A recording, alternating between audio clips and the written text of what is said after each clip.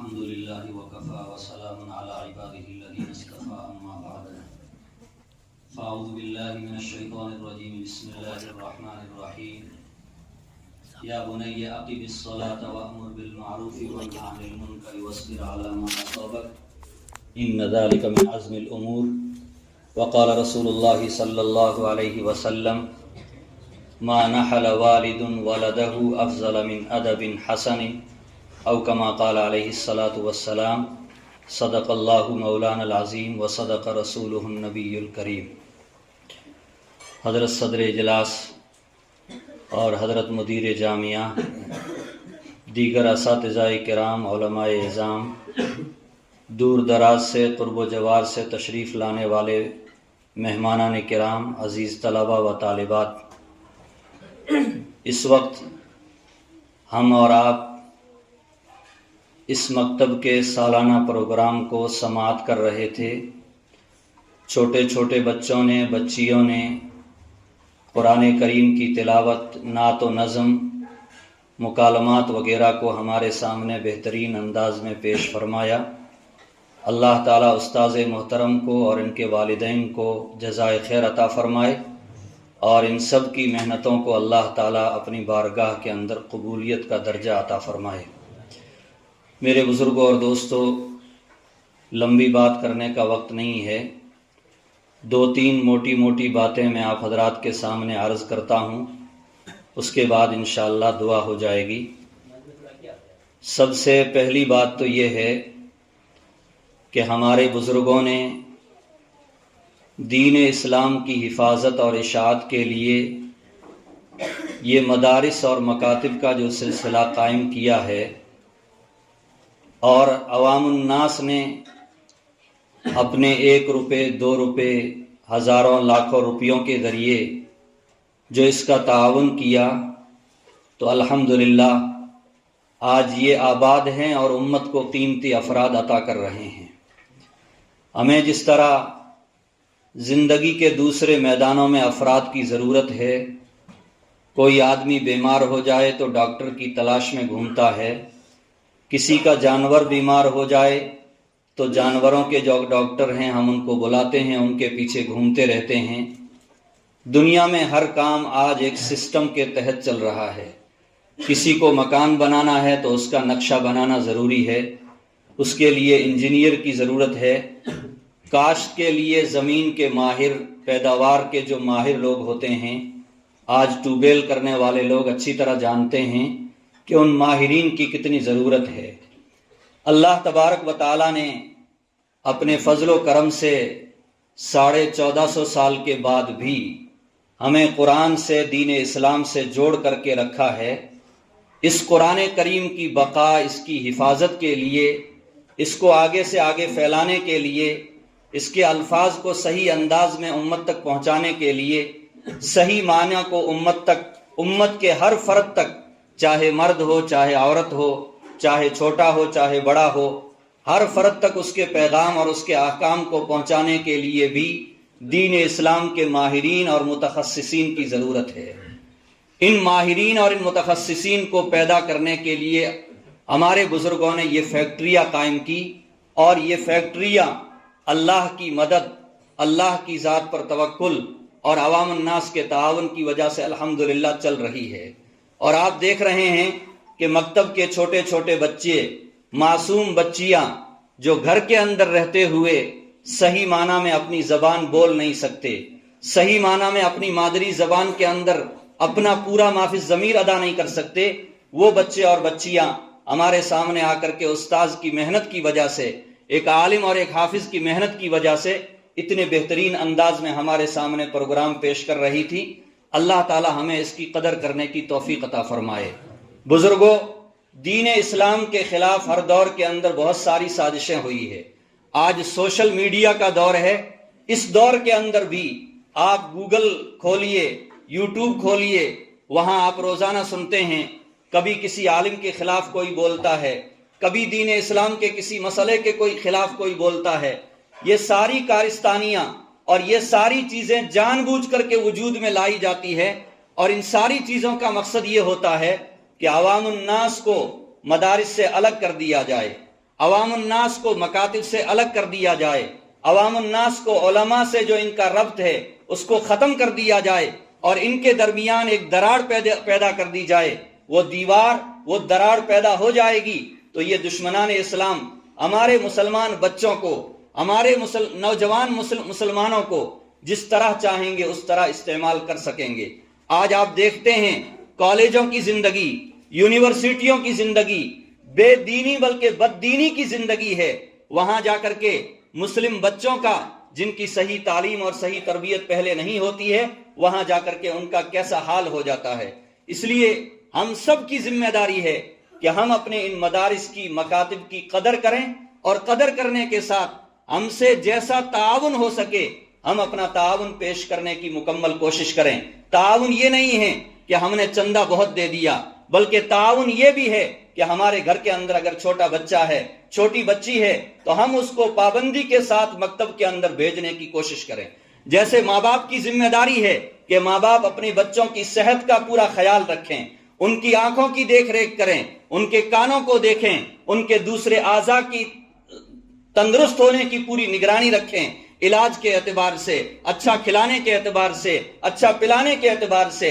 اسی طرح ماں باپ کی یہ بھی ذمہ داری ہے کہ اللہ نے یہ اولاد کی نعمت دی ہے تو اولاد کی اس نعمت کو صحیح تعلیم اور صحیح تربیت سے آراستہ کرنا استاذ کے ساتھ ماں باپ کی بھی اس سے زیادہ ذمہ داری ہے۔ میں نے ابھی ایک حدیث پڑھی، نبی علیہ الصلوۃ والسلام نے فرمایا ما نحل والد ولدہ افضل من ادب حسن، کہ کوئی ماں باپ اپنی اولاد کو اچھے اخلاق سے بڑا تحفہ نہیں دے سکتے ہیں۔ اولاد کی اچھی تربیت ہو گئی، اولاد کی اچھی عادتیں بن گئی، اولاد کے اندر اچھے اخلاق پیدا ہو گئے، بڑے ہو کر کے وہ ماں باپ کے لیے بھی نفع بخش بنیں گے، وہ اللہ کا قرب حاصل کریں گے، سماج کے لیے بھی نفع بخش بنیں گے اور مخلوق کو وہ بھی نفع پہنچانے والے بنیں گے۔ اور اگر اولاد کی صحیح تعلیم اور صحیح تربیت کا ہم نے انتظام نہیں کیا، یہی اولاد آگے چل کر کے ماں باپ کو ستانے والی، معاشرے کے لیے ناسور بن جائے گی، سماج میں طرح طرح کی برائیاں پھیلانے والی یہ اولاد ذریعہ بن جائے گی۔ اس لیے میرے بزرگوں، دوستوں، ماں بہنوں، یہ ہماری بہت بڑی ذمہ داری ہے کہ جو بچے ہمارے گھر میں ہیں، جو بچیاں ہمارے گھر میں ہیں، ہم علماء سے پوچھیں اگر ہمیں معلوم نہیں ہے کہ اچھی عادتیں کیا ہوتی ہے، اچھے اخلاق کیا ہوتے ہیں، بری عادتیں کیا ہوتی ہے، برے اخلاق کیا ہوتے ہیں۔ نیک بننا ہر انسان کے لیے، ہر مسلمان کے لیے ضروری ہے۔ نیکی اس وقت میں آئے گی جبکہ نیکی کے آنے کے راستے ہم اپنے اندر پیدا کریں گے۔ نیکی کا آنے کا سب سے بڑا راستہ یہ ہے کہ ہماری عادتیں اچھی ہو، ہمارے اخلاق اچھے ہوں، اور ہم دین اسلام کو مانتے ہیں تو ہمارے عقائد بھی اچھے ہونا ضروری ہے۔ میں نے قرآن کریم کی ایک آیت پڑھی، میں اس کی مختصر تفسیر کر کے بات ختم کرتا ہوں اس لیے کہ وقت کم ہے۔ ایک بہت بڑے حکیم گزرے ہیں جن کو حکیم لقمان کہا جاتا ہے، ان کے نام سے ہی قرآن کریم کے اندر ایک سورت ہے۔ ان کی باتیں ساری حکمت بری ہے، ان کی ساری باتیں بڑی بصیرت والی ہے، اور وہ باتیں ہمیں سمجھ کر کے اپنے پلے باندھنے چاہیے اور ان کے اوپر عمل کرنے کی کوشش کرنی چاہیے۔ سورہ لقمان ہی کے اندر وہ اپنے بیٹے کو نصیحت کرتے ہوئے 4 باتیں بیان فرماتے ہیں۔ کتنی باتیں؟ 4 باتیں۔ اور آخر میں آیت کا آخری جو جملہ ہے، اللہ تعالیٰ فرماتے ہیں یہ 4 کام بڑے اہم ہیں، اور جن کے اندر طلب ہوگی، عزیمت ہوگی، وہی لوگ ان 4 کاموں کو صحیح معنی میں انجام دے سکتے ہیں۔ تو ماں باپ بھی سنیں، نوجوان بھی سنیں، بچے اور بچیاں بھی سنیں کہ وہ 4 کام کیا ہے۔ ان 4 باتوں کے اندر کہیں پر بھی انہوں نے یہ ذکر نہیں فرمایا ہے کہ یہ کمائی کا ذریعہ یہ ہے، معاش کا ذریعہ یہ ہے۔ یقیناً کمانا، معاش کا کوئی نہ کوئی طریقہ اختیار کرنا، حلال روزی اختیار کرنا، یہ بھی ضروری ہے، لیکن ان چیزوں سے پہلے عقائد کا اور اعمال کا صحیح ہونا ضروری ہے۔ اعمال ہی میں سے 4 چیزیں اس آیت کے اندر ذکر فرمائی۔ یا بنیا اقیم الصلاۃ، آئے میرے بیٹے، اللہ کو ایک مانتے ہو، تمام عقائد کو مانتے ہو، تو ان تمام عقائد کو ماننے کے بعد تمہاری چھٹی نہیں ہو جاتی ہے، بلکہ تم کو کچھ اعمال کا پابند بننا پڑے گا۔ پہلا عمل اقیم الصلاۃ، نماز کو قائم کرو۔ کیا فرمایا؟ نماز کو قائم کرو۔ آج ہماری ماں بہنوں میں، ہمارے نوجوانوں کے اندر نماز کی کوئی اہمیت نہیں ہے۔ میرے بزرگوں، میری ماں بہنوں، گھر کا جیسا ماحول ہوگا بچوں کی ویسی ہی تربیت ہوگی. بچے مدرسے میں آ کر کے، مکتب میں رہ کر کے بہت اچھی تعلیم حاصل کرتے ہیں، ماحول کے اندر رہ کر کے وہ نماز کے نہیں بلکہ تہجد کے بھی پابند بن جاتے ہیں. لیکن وہی بچے گھروں کو جاتے ہیں، ہم ان کا سروے کرتے ہیں، ان کی رپورٹ لیتے ہیں، تو وہاں جانے کے بعد بچوں کی نمازیں بھی قضا ہو جاتی ہے. کیوں ہو جاتی ہے؟ ماں نماز کی پابند نہیں ہے، بڑی بہن نماز کی پابند نہیں ہے، دادی نماز نہیں پڑھتی ہے، گھر کے اندر دوسری مستورات ہے. وہ بچہ وہاں جا کر کے دیکھتا ہے کہ باپ نماز نہیں پڑھتا، بھائی نماز نہیں پڑھتا، مستورات نماز نہیں پڑھتی. ایک دو دن تو وہ نماز کی پابندی کرتا ہے، لیکن پھر اس ماحول میں ڈھل کر کے وہ مکمل نمازوں کو قضا کرنا شروع کر دیتا ہے. اس لیے اگر ہم اپنی اولاد کی صحیح تعلیم اور صحیح تربیت کا انتظام کرنا ضروری سمجھتے ہیں اور ضروری ہے، تو مدرسے کے ماحول کے ساتھ، مکتب کے ماحول کے ساتھ، جماعت میں چلہ 4 مہینہ کے ماحول کے ساتھ جب ہم گھر میں آئیں تو گھر کے اندر بھی وہ ماحول ہونا ضروری ہے. اگر گھر کے اندر وہ ماحول نہیں ملے گا، مدرسے کی محنت بیکار چلی جائے گی، جماعت میں جانے کی محنت بیکار چلی جائے گی، مکتب میں رہ کر کے بچی نے جو پڑھا ہے چند دن کے بعد وہ محنت بیکار ہو جائے گی. اس لیے ضروری ہے گھر کا ہر فرد، چاہے مرد ہو چاہے عورت ہو، نماز کو قائم کرے. نماز کا سیکھنا ضروری ہے. آگے جو 2 باتیں بیان فرمائیے بڑی عجیب ہے. مفسرین نے لکھا ہوگا، لیکن میں نے غور کیا تو مجھے یہ سمجھ میں آیا کہ نیک اعمال پر جمنے کے لیے اللہ تعالیٰ نے یہ 2 قیودات بیان فرمائی ہے کہ اگر تم خود نیک اعمال کے اوپر جمنا چاہتے ہو تو نیکیوں کا دوسروں کو بھی حکم کرو اور دوسروں کو بھی برائیوں سے روکو.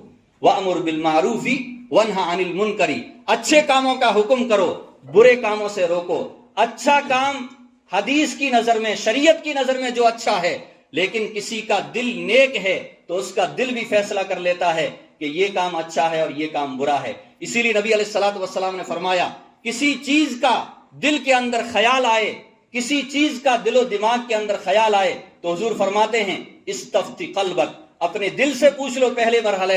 پہلے مرحلے میں دل جو فیصلہ کر لے سمجھ لو کہ اس کام کا وہی رخ ہے. اگر دل یہ کہتا ہے یہ کام اچھا ہے تو انشاءاللہ وہ کام بعد میں چل کر کے آپ کے لیے برے انجام کا باعث نہیں بنے گا. اور اگر دل یہ کہتا ہے کہ یہ کام برا ہے تو ہم اس کام کے قریب نہ جائیں. ہم ماحول کی وجہ سے، معاشرے کی وجہ سے کوئی کام ہمارے دل میں آتا ہے، کرنے کو جی نہیں چاہتا ہے، لیکن بری صحبت کی وجہ سے، بری سنگت کی وجہ سے، برے ماحول کی وجہ سے ہم اس برے کام کے اندر اور اس برائی کے اندر مبتلا ہو جاتے ہیں. تو دوسرے 2 کام بیان فرمائے. وَأْمُرْ بِالْمَعْرُوفِ، آپس میں ایک دوسرے کو نماز کا حکم کرتے رہو، آپس میں ایک دوسرے کو نیک اعمال کا حکم کرتے رہو. وَانْهَ عَنِ الْمُنْكَرِ، اور آپس میں ایک دوسرے کو برائیوں سے روکتے رہو. کوئی آدمی نشہ کرتا ہے، کوئی آدمی موبائل میں غلط چیزیں دیکھتا ہے، کوئی آدمی فضول خرچی کرتا ہے، کوئی آدمی بات بات میں گالی بولتا ہے، تو ساتھ میں بیٹھنے والے ساتھیوں کو سنجیدگی کے ساتھ، متانت کے ساتھ اور ہمدردی اور خیرخواہی کے ساتھ اپنے اس بھائی کو روکنے کی کوشش کرنی چاہیے. وَأْمُرْ بِالْمَعْرُوفِ وَانْهَ عَنِ الْمُنْكَرِ. چوتھی چیز بیان فرمائی، وَاصْبِرْ عَلَىٰ مَا أَصَابَكَ. یہ کام کرتے ہوئے، نماز پڑھتے ہوئے، امر بالمعروف کرتے ہوئے، نہی عن المنکر کرتے ہوئے، حالات تو آئیں گے. کیا آئیں گے؟ حالات تو آئیں گے، مصیبت تو آئے گی. انہوں نے اپنے بیٹے کو فرمایا وَاصْبِرْ عَلَىٰ مَا أَصَابَكَ، جو مصیبت پہنچے، جو تکلیف آئے اس کے اوپر صبر کر لو. اطاعت پر صبر کرنا بھی نیکی ہے، مصیبت پر صبر کرنا بھی نیکی ہے. جس طرح کی بھی مصیبت آئے، جس طرح کے بھی حالات آئیں، اس کے اوپر صبر کر لیں. ان ذالک من عزم الامور، یہ بڑے کام ہیں. یہ کیا ہیں؟ بڑے کام ہیں. اس لیے مکتب کا پروگرام تھا تو اس اعتبار سے یہ باتیں میں نے آپ حضرات کے سامنے عرض کی کہ ہم مکتب مدرسے کے ماحول کو اس وقت قائم رکھ سکتے ہیں جبکہ ہم اپنے گھر کے ماحول کو بھی اسی طرح بنانے کی کوشش کریں. باپ 24 گھنٹے بیٹھا غلط موبائل دیکھتا ہے، غلط ریلیں دیکھتا ہے، اس کے بچے بچیاں ارد گرد بیٹھے ہوئے ہیں. آپ کیا امید کرتے ہیں کہ میرا بچہ، میری بچے بڑے ہو کر کے ولی اللہ بنے گا، میرا بچہ جنید بغدادی بنے گا، میری بچی رابعہ بصریہ بنے گی؟ ہرگز نہیں ہو سکتا ہے. باپ کی جیسی روزی ہے، باپ کے جیسے اخلاق ہیں، ماں کی جو کیفیات ہے، ماں کی جیسی روزی ہے، اولاد کے اوپر ان تمام چیزوں کا اثر پڑتا ہے. اور بزرگوں نے تو یہاں تک لکھا ہے کہ اگر ماں امید سے ہو، بیوی امید سے ہو، تو ماں اس وقت میں، ماں کے دل کے اندر جو کیفیتیں ہوتی ہے، اس کیفیتوں کا اور ان چیزوں کا بچے کی طبیعت پر اثر پڑتا ہے اور پوری زندگی وہ کیفیات اس کے اوپر بھی ظاہر ہوتی رہتی ہیں. اس لیے ہماری ماں بہنیں بڑی نرم طبیعت کی ہوتی ہے. آپس میں تعلیم ہونی چاہیے، دین کی باتوں کا مذاکرہ ہونا چاہیے، اعمال کے بارے میں مذاکرہ ہونا چاہیے. اور گھر میں 3-4 مستورات ایک ساتھ ہیں تو ان کو اپنے اپنے اعمال انجام دینے کے لیے ترتیب بنانی چاہیے. ہمارے بزرگوں کے یہاں اس طرح کی بہت ساری ترتیبیں رہی ہے. گھر میں 4 عورتیں ہیں، ایک عورت تلاوت کر رہی ہے، ایک عورت کپڑا دھونے کا کام کر رہی ہے، ایک عورت کھانا بنانے کا کام کر رہی ہے. اس طرح ہر ایک اپنے اپنے کام سے فارغ ہو کر کے تلاوت کا معمول بھی پورا، نماز کا معمول بھی پورا، تسبیحات کا معمول بھی پورا، اور گھر کے جو ضروری تقاضے ہیں وہ ضروری تقاضے بھی اپنے اپنے وقت کے اوپر پورے ہو جاتے ہیں. ہر گھر میں جہاں ماں ہوتی ہے وہاں بیٹیاں بھی ہوتی ہے، ہر گھر میں جہاں ساس ہوتی ہے وہاں بہویں بھی ہوتی ہے. اس لیے ہم اپنے گھروں کے ماحول کو نیک بنانے کی کوشش کریں. انشاءاللہ یہ معاشرہ خود بخود نیک بن جائے گا، پوری بستی انشاءاللہ خود بخود نیک بن جائے گی. بس میں آخر میں حضرت قاری محمد شریف صاحب، اساتذہ کرام، مولانا عبدالرؤف صاحب، تمام حضرات کا شکریہ ادا کرتا ہوں اور مبارکباد پیش کرتا ہوں کہ جو پروگرام پیش کیا بہت اچھا پروگرام کیا. میری گزارش ہے کہ ہم الحمدللہ یہاں پر تصحیح قرآن کے سلسلے میں بڑی توجہ دی جا رہی ہے. بچیوں کے تعلق سے اور مکتب کے بچوں کے تعلق سے بھی میری یہ ایک چھوٹی سی گزارش ہے کہ ہم دوسری چیزوں میں، بڑی بڑی چیزوں میں جو بڑے بچے، بڑے علماء کے پروگرام ہوتے ہیں، ان کے بجائے جو ان کی سطح کے پروگرام ہیں ان پروگراموں کے اندر ان کو زیادہ سے زیادہ استعمال کرنے کی کوشش کریں. نعت ہے، نظم ہے، حمد ہے، یہ چیزیں بچیوں کو برائے نام یاد کروانی چاہیے، ورنہ آگے چل کر کے بہت سی مرتبہ غلط چیزوں کی طرف بھی رخ چلا جاتا ہے. تو دل کھلا ہوتا ہے، معافی ضمیر کی ادائیگی کی یہاں صلاحیت بن جاتی ہے. اس لیے کسی اور طرف ان کا رخ نہ جائے تو اس کے لیے ان کی سطح کی چیزیں ہر جگہ مکتب میں اس طرح کی میں گزارش کرتا ہوں. انشاءاللہ اس کے اوپر غور کیا جائے گا اور آپ حضرات بھی انشاءاللہ اس چیز کو اپنے یہاں جاری کرنے کی کوشش کریں گے. آپ حضرات اتنی دیر تک بیٹھے، ہم سب بیٹھے، اللہ ہم سب کے بیٹھنے کو قبول فرمائے. اور جو نیک باتیں، نیک چیزیں، اچھی چیزیں ہمارے سامنے آئی ہے، اللہ تعالی ہم سب کو ان کے اوپر عمل کرنے کی توفیق عطا فرمائے. بچوں اور بچیوں کے تعلق سے ہمیں بہت فکر مند ہونے کی ضرورت ہے. نوجوان ساتھیوں سے میں اکثر کہا کرتا ہوں 3 چیزیں نوجوانوں کے لیے بڑی خطرناک ہے اس دور کے اندر. ایک غلط صحبت، دوسرا نشہ اور تیسرا موبائل. ان 3 چیزوں سے ہم اپنے آپ کو بچانے کی کوشش کریں. موبائل کو ضرورت کی حد تک استعمال کریں، اس سے زیادہ استعمال نہ کریں. اللہ کہنے سننے سے زیادہ عمل کی توفیق عطا فرمائے. وآخر دعوانا ان الحمدللہ رب العالمین. Thanks for watching. Don't forget to like, comment, share and subscribe to Al Wahid channel.